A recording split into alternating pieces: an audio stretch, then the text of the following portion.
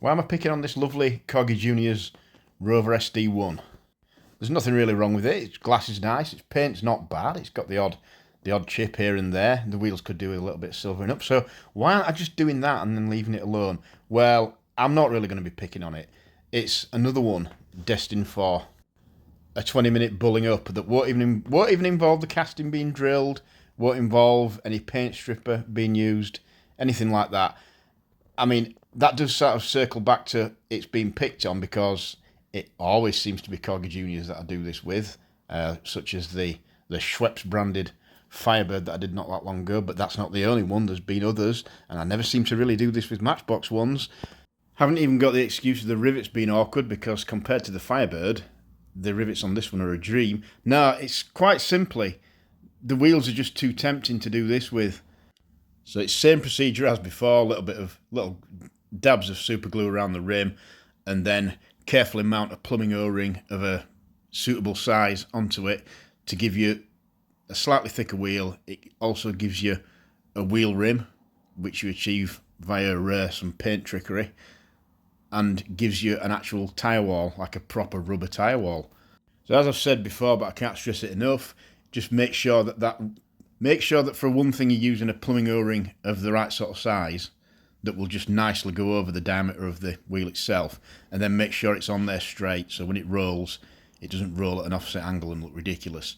So that's about right. It's just giving a bit of width to the wheels, it's giving us a rubber tyre wall, and then via this painting technique, it'll give us like an actual lip to the wheel as well and make it look like an actual wheel rim. And the thing about the Corgi wheel, there aren't really any others, apart from the very skinny Matchbox Superfast wheels, but to be fair, they date back to like the late 60s. If I got one of those in this sort of condition, I'd probably be leaving it alone and not really doing anything to it. That's why they don't really come up very often. But apart from those, there's no other wheel that suits itself to this so well, because the wheel centre, once you put that tyre and that rim round it, the wheel centre, and once you've painted it in like a matte silver, or in this case it's like it's titanium silver, so it's a slightly off silver, which I just thought might suit it. It looks so uncannily like the alloy wheels that you got on a lot of 70s fancy cars, and they're just the right width as well to do it with. You can add a little bit of width to them without them being too ridiculously wide. So I'm just masking up the bumpers now because I'm going to do something with that as well. And I just thought, as an afterthought, because there were a few chips missing on the windscreen trim, I thought I might as well just pick that out as well, just using a abrasive pad to start with. That wasn't really doing it, so I used the blade from a Stanley knife instead. So that'll give us a nice chrome windscreen surround. And then all I'm doing with the central pillar, I'm just going to black the centres of the central pillars. I sometimes think, especially with something like this, that going all the way around the edges and trying to get all the rubber weather stripping in there, it's too much on such a small thing. You can get a perfectly good suggestion of the pillars being blacked out just by blacking the middle bits out like that. I think the visual impact is exactly the same, but it's so hard to get it, especially if you haven't taken it apart like I haven't on this one. If I'd taken it apart, it might have been different, but if you haven't taken it apart, it's very difficult to get just like a thin black line going along the tops of the doors and the uppers of the doors as well. So you're better off not even trying to do that. So I've got the Molotow Chrome, liquid chrome pen out. I'm doing the back bumper with that. I've already masked off and done the front bumper, doing the back bumper with it as well. Although the Corgi SD1 is quite good in terms of its proportions and casting details and things like that, it doesn't, because it's just all painted in one colour, they haven't really said either way whether it's the earlier one or the later one, and I see a lot more representation of the later facelifted SD1 in diecast form than I do of the earlier one with the chrome centre sections of the bumper. So I'm going to do this is like an early one, this is like a launch model of it, because you just don't see it in diecast form. I don't really know which one I prefer personally in real life. It's hard to pick between the two because the facelift was pretty well judged. So I'm actually using a pencil eraser to get rid of just a little bit of stray Molotow chrome, because the Molotow liquid chrome, it's quite easy to get off if you've not let it completely cure yet.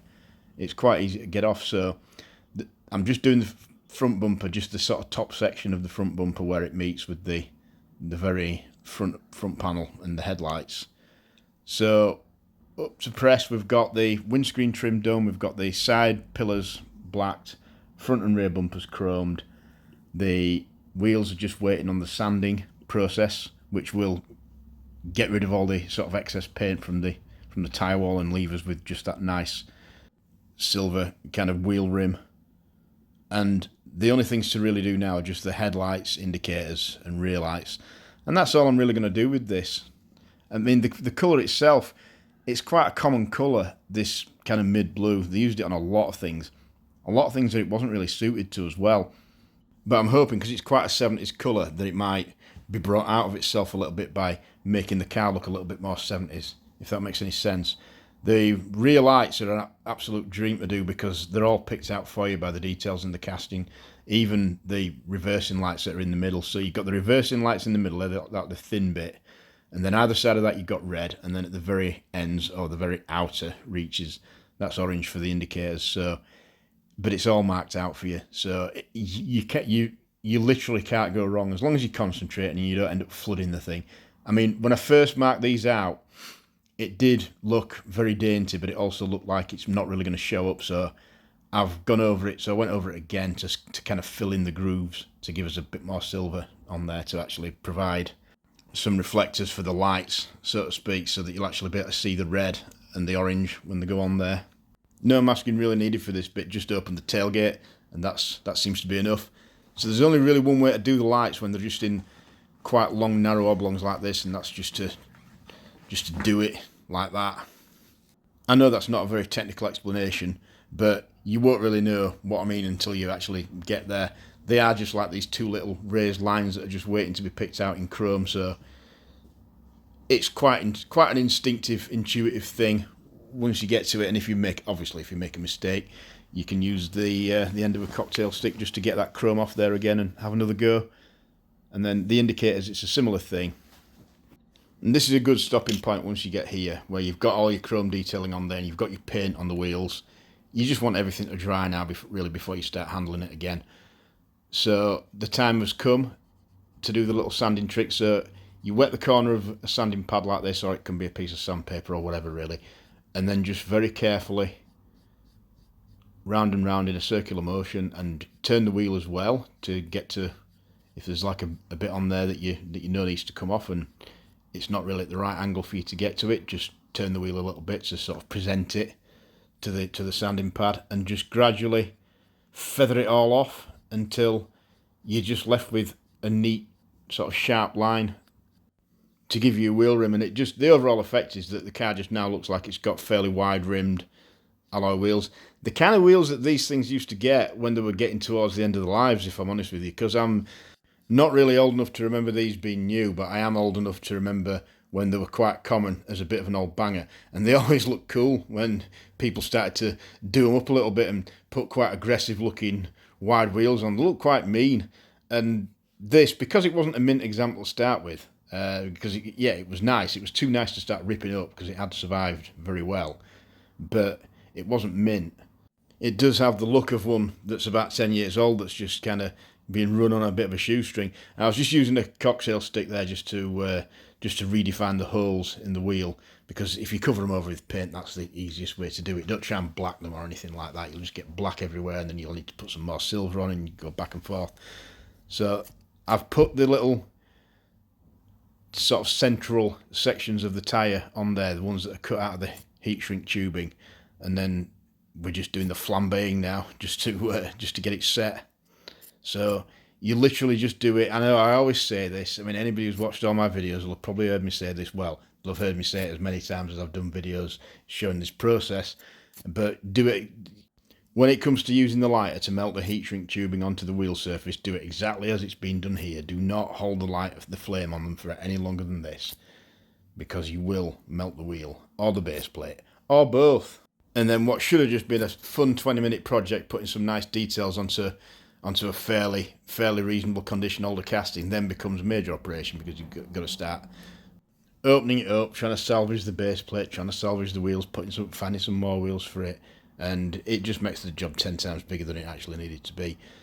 So this was a little bit, it's always a little bit nerve-wracking adding the light detail on, because you run the risk constantly of having to do some extra stuff and cleaning it up and things like that if you go wrong. Again, keep some cocktail sticks handy and some cotton buds and things like that, just in case you have to get any excess red off, because these are the bits that really matter Because if if I'd have got these wrong now, there'd have been no point doing the whole thing, because all I'd have done was just taken a fairly decent old casting and just made it look stupid from the back, because it's got those red smears all over it that don't look anything like taillights. The whole point is getting these to look like taillights, and if they do, then the whole thing will be a success. We'll have increased the degree to which it looks like a real Rover SD1 quite considerably.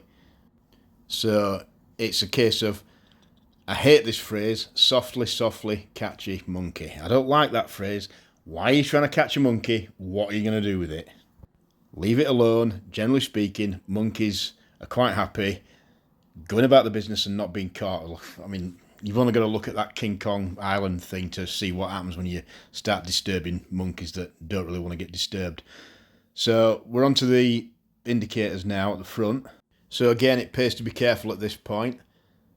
It's the difference between bringing out the Ferrari Daytona-like front end of the SD1 and just putting some orange squares on there that look like they've just been put there for the sake of it. So don't do that. Just follow the kind of isosceles triangle of the indicator lens as it is on the casting, because all the details on this casting, they're all there for you to bring out.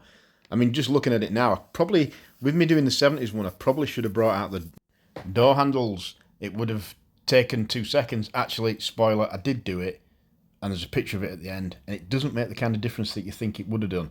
And then the last trick, just go around the tyre walls with a bit of Tamiya clear just to slick and shine them up a little bit, like something on a 1980s brownfield industrial estate car lot. So here we go. That's the end result, side by side. So that took less than half an hour, the whole thing. And out of that half an hour, I would say at least 10 minutes of that time was just doing the taillights and the indicators carefully, just to bring them out properly. If I'm being completely honest, it probably took about 45 minutes all told, but it was worth it. That's it next to the Schweppes Pontiac Firebird. They're both members of the same club now. That's it. The inset picture, by the way, the still picture, that was it with the door handles done. So it was worth doing, but it didn't make an absolutely massive, dramatic difference. Anyway, I hope you've enjoyed watching this reasonably quick and easy transformation come to life. As always, thanks for watching.